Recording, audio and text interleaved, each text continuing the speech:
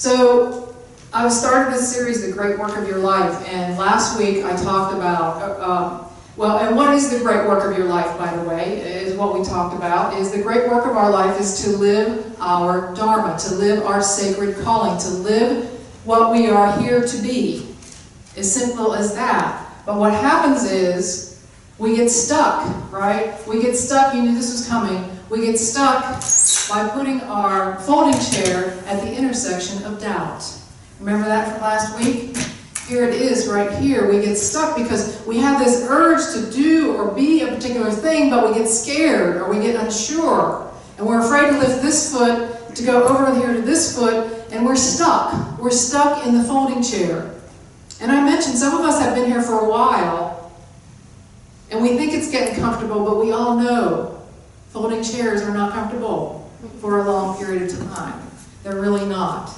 We talked about that, but I asked you to do one thing. I said, it's okay to admit that we're in that place of doubt with what we are here to be and what we are here to do and what we're called to be, what our sacred calling is. It's okay to bring your chair, to bring your neuroses, to bring your doubts, and to simply be willing to act, to be willing to get up out of this chair. That was your only assignment from last week, was to simply be willing, because that's the first step. Just to think, okay, I'm ready. I'm still sitting there, but I'm ready. But I'm ready. That's the first step, to be willing. Because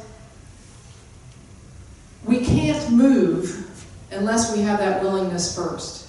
Remember, that's what Arjuna, last week I told you the story of Krishna and Arjuna with the chariot, and finally Arjuna was just disgusted with himself, and Krishna told him that inaction is an act itself, and he accepted that and said, all right, just tell me what I need to do, right? So that's being willing. He finally said, okay, I'm ready to peel myself up out of this chair, off this chariot, but just tell me what I need to do.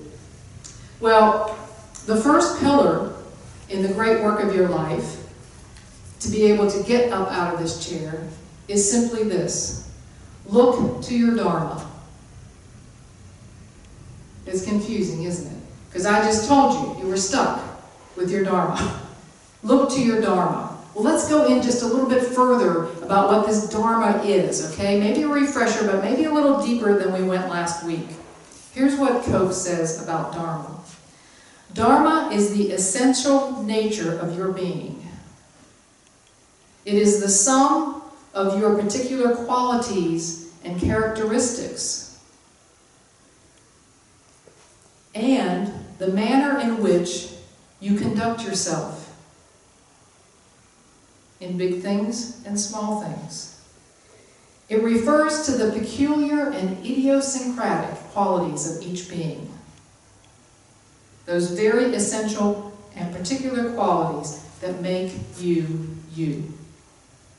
That's what your Dharma is.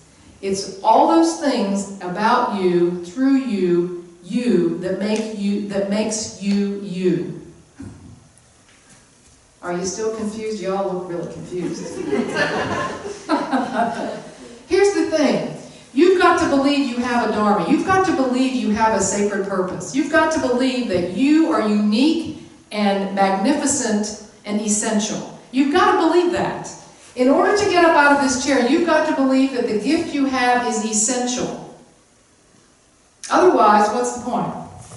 You know, how many of us say, I don't even have a Dharma. You know, that's for other people. It's not me. I don't do much. No, that's not the truth at all. Let me give you a visual of this. And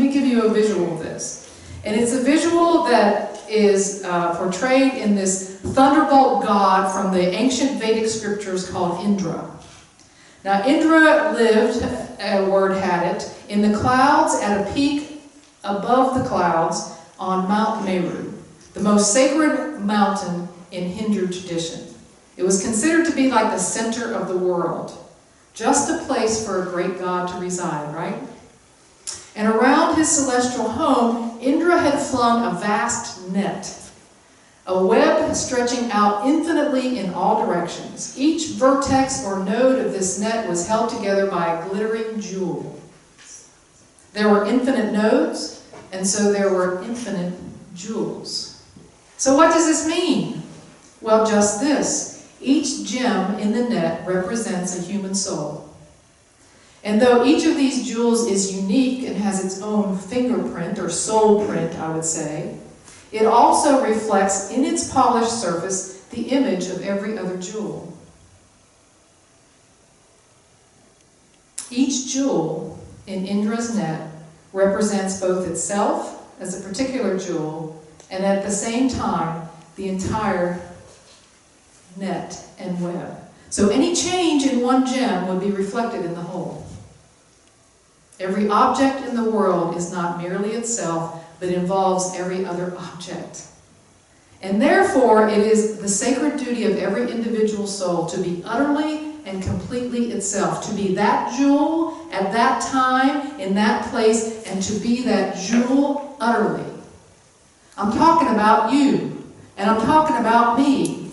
That's our job, to be that jewel utterly, and only how it could be. Because one jewel dropping off the net goes, it's done. It falls apart.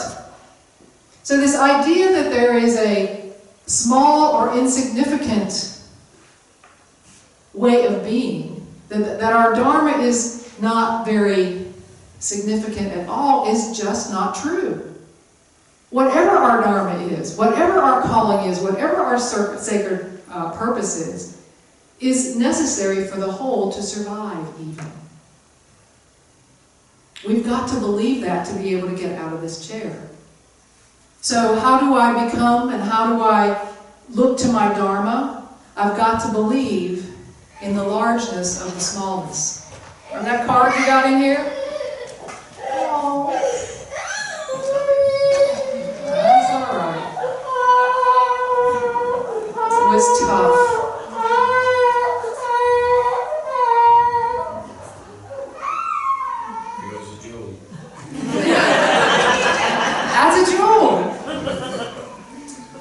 To look to our Dharma, we have to believe in the largeness of the smallness. Look at that card you have. Everybody loved that card. Everybody that was looking at it on Facebook was like liking it, and there's all these likes, and then I get these notes about people are loving your event, and like, yeah, because we saw some connection to that. There is a beauty, there is a wholeness, there is a largeness in the smallness. So don't discount your Dharma, and never use the word only. I can only do this. I told you before, you should banish that word from your entire vocabulary. Don't get confused about the apparent size of your Dharma. Because your Dharma and my Dharma, the gift you are to the world, the only important thing is it's the right size. That it's the right jewel on that net. And it's the right for you because that's what you're made to be. Listen to this. This is why we all have to have different dharmas. Every base is covered somehow, but only if everyone acts on their authentic calling. Only if everyone holds together her part of the net. You see? There is no dharma too small. There's only a dharma that's not lived. There is no dharma that's too small. There's only one that is not lived. So, I'm getting a little braver to step out of this chair. I hope you are.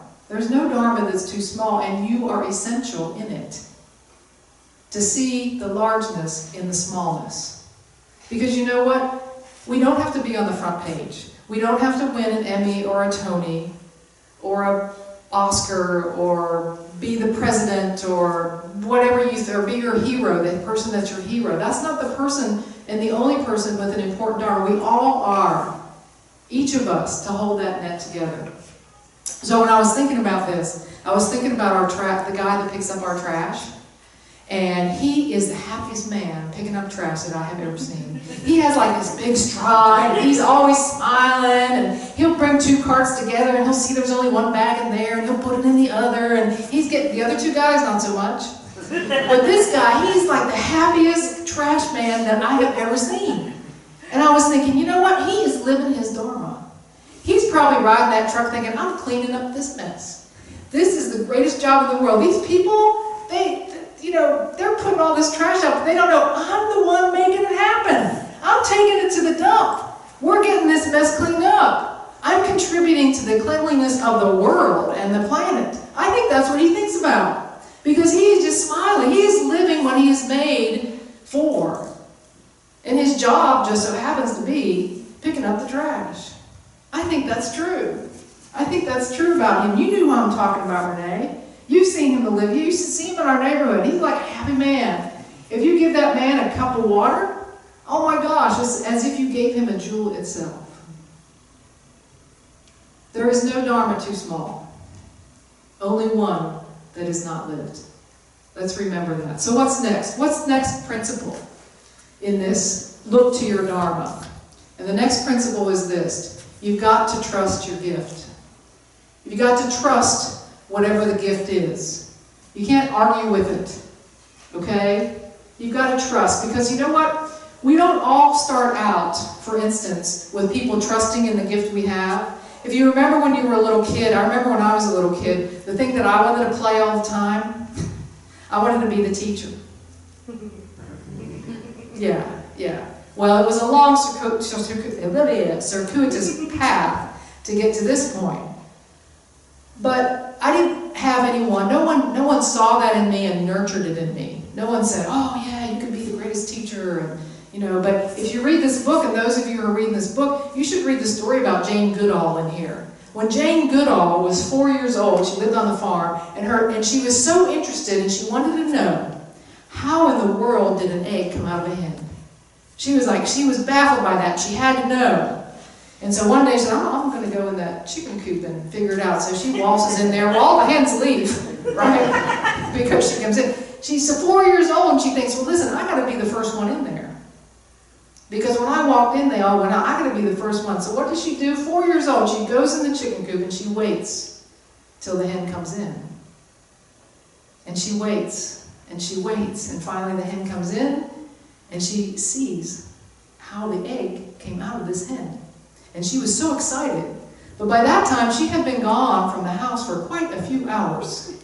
And her parents were looking for her. And here she was, caught up in this chicken house, in the hen house. And she rushed to her mother to share the good news about how she heard about this hen, how the hen actually laid an egg. And instead of her mother scolding her for being late for dinner or being gone and not being able to find, she listened intently to her. She named that gift for her. She encouraged that gift for her. And we all know where Jane Goodall ended up, waiting for apes in the Tanzanian forest. And you know where her mother was? In the hut, making sure she had something to eat. But not all of us have that experience. And most of us probably don't have that experience, right? Most of us don't have that experience, that like one calling, that one word that's nurtured by the other people in our lives. There's another story in the book about this man named Brian. And Brian, when he was a little boy, he was raised in a Catholic family, and his mother had decided early on that Brian had the gift. He had the gift to be a priest.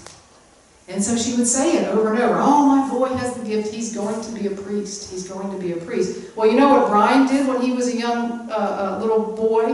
What he did, I was the teacher, right? He put his stuffed animals all here, and he was conducting a chorus. He wanted to be a music director. But his mother had other ideas. And this is what can happen sometimes. Here's what happened to Brian.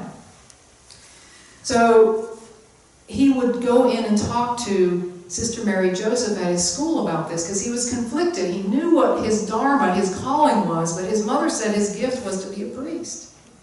And here's what the sister said. She listened sympathetically, nodding her head in her starched habit, and she said, now, Brian, and she said this with very kindly and very in a supporting manner. She said, you have to understand that we don't always get what we want. This is what adulthood is about. Your mother knows more than you do about life, and I believe too that this is what God wants for you. That this gift is a gift you will give to God.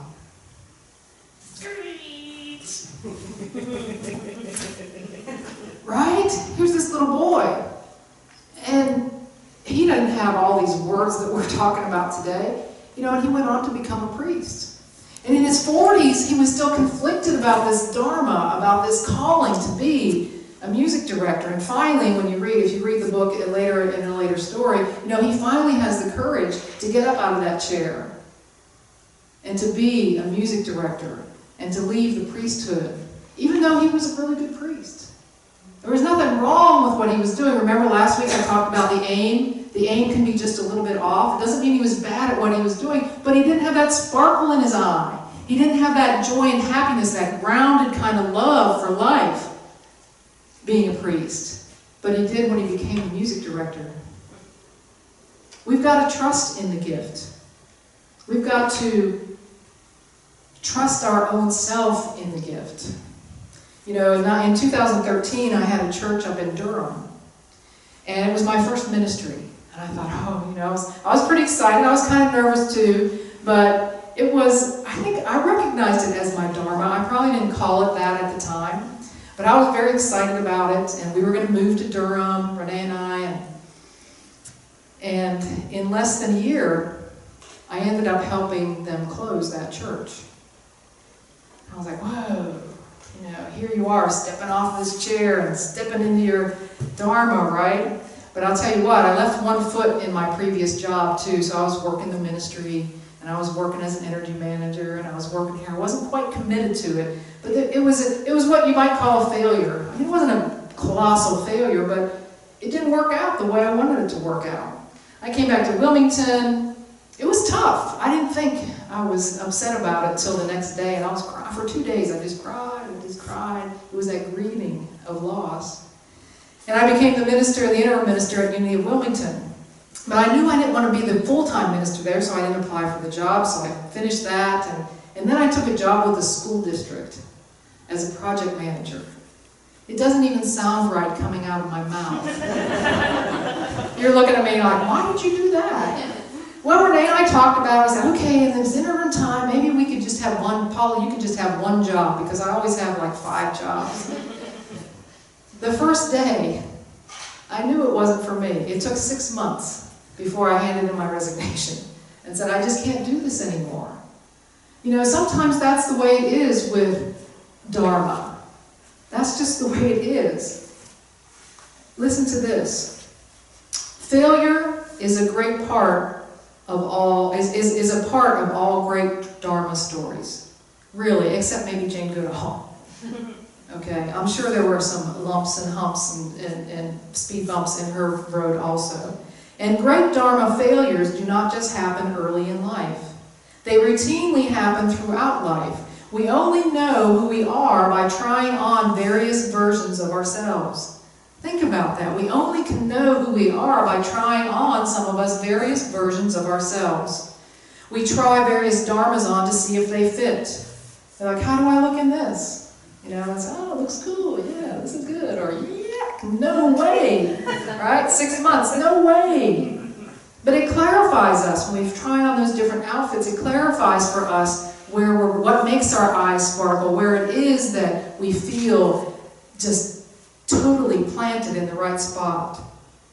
The bottom line is this, and I want you to hear this because it might sound a little different than what you're used to hearing. You cannot be anyone you want to be. You cannot be anyone you want to be and have a fulfilled, grounded, and joyful life. You can't do it. You can only be who you are created to be. If you want to live joyfully in that grounded, kind of sparkle-eyed place. The trash man is doing it. He's doing it. I'm doing it.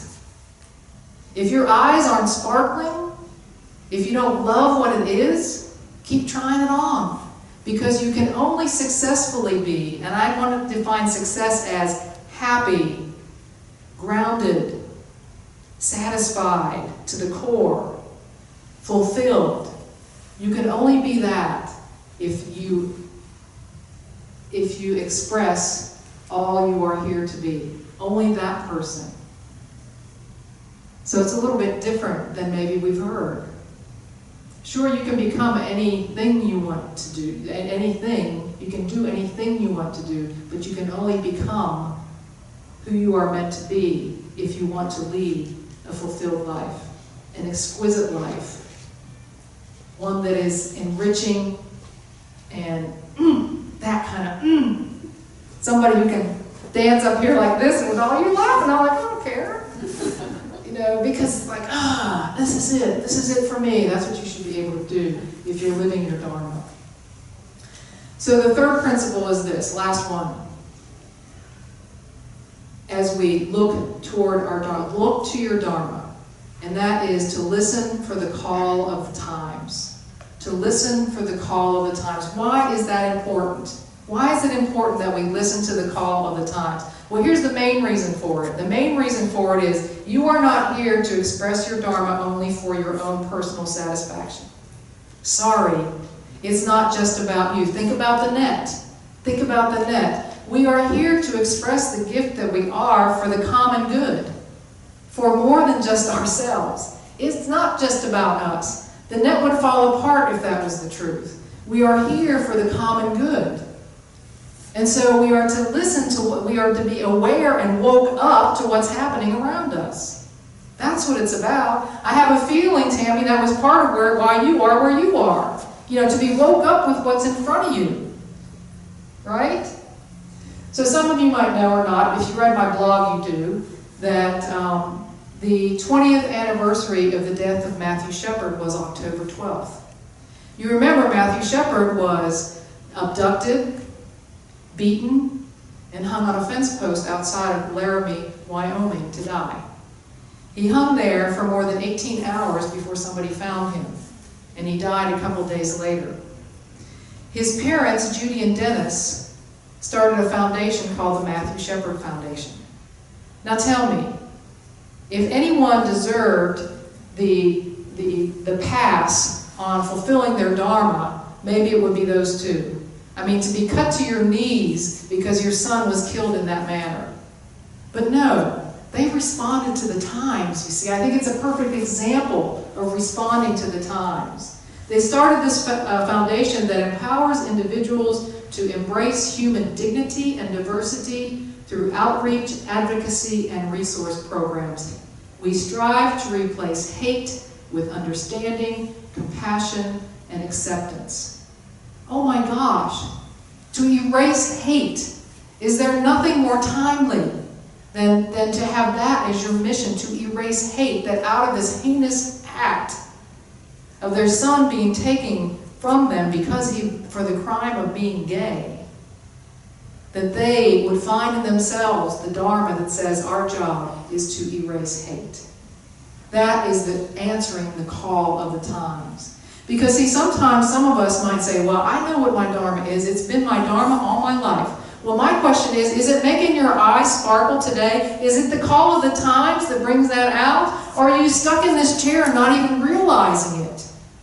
Just because I was born to do X and I've done it all my life and I'm now the CEO doesn't mean that's where the end should be.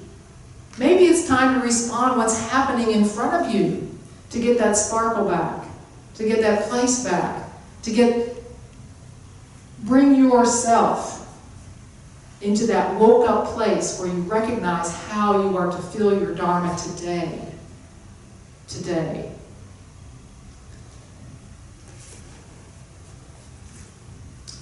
Dharma is born mysteriously out of the intersection between the gift and the times. Dharma is a response to the urgent, though often hidden, need of the moment. Are you hearing me? Each of us feels some aspect of the world's suffering acutely. It tears our hearts. Others don't see it or don't care. But those of us who feel it, we need to pay attention. And we need to act. Because this little corner of the world is ours to transform. This little corner of the world is ours to save. Are you hearing me? It's ours. We are the ones we've been waiting for. Nobody else. See the largeness in the smallness. Recognize that you are an essential jewel with an essential Dharma. And it is essential for you to give the gift to this life. Trust in that gift. Failure is part of every great Dharma story. No worries there. And listen for the call of the times. Stay woke up. All the time. All the time. Everywhere. So let's take these ideas into meditation this afternoon. It's time to not just be willing to get up out of the chair, but to do some self-observation, to let that sit on our heart. This idea of recognizing the largeness in the smallness, of trusting the gift that I am, and to respond to the call of the times. You're welcome to sit on a cushion as we go into meditation. We'll be there for about 10 minutes, so let's breathe in and breathe out. Let's go into this meditation with just a little smile on our face. A smile or a grin that says, yes, my life is essential. The gift I have to give is essential. I'm going to trust that gift. And I'm going to stay wide awake so that I can see what is mine to do and what is mine to be today.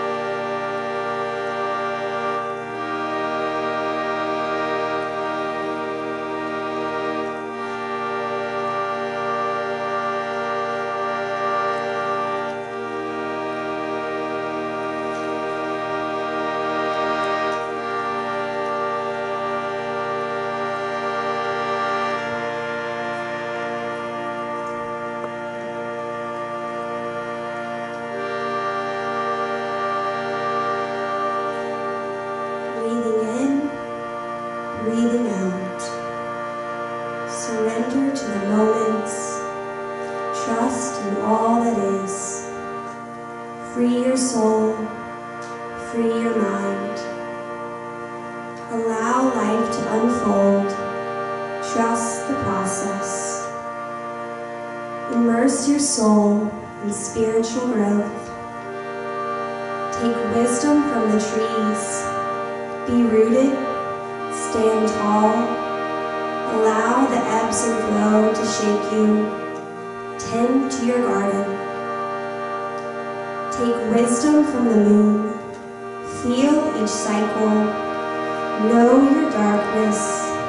See your beautiful full light. Take wisdom from the sea. Trust in its depths. Bask in its vastness. Allow the tides to wash away your worries and bring forth new beginnings. Live somewhere between nothing and everything, knowing everything flows in between.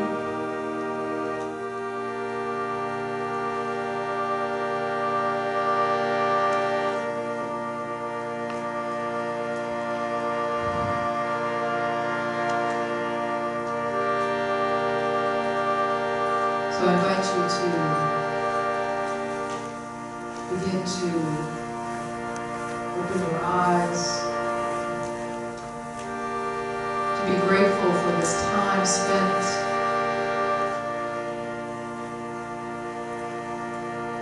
together.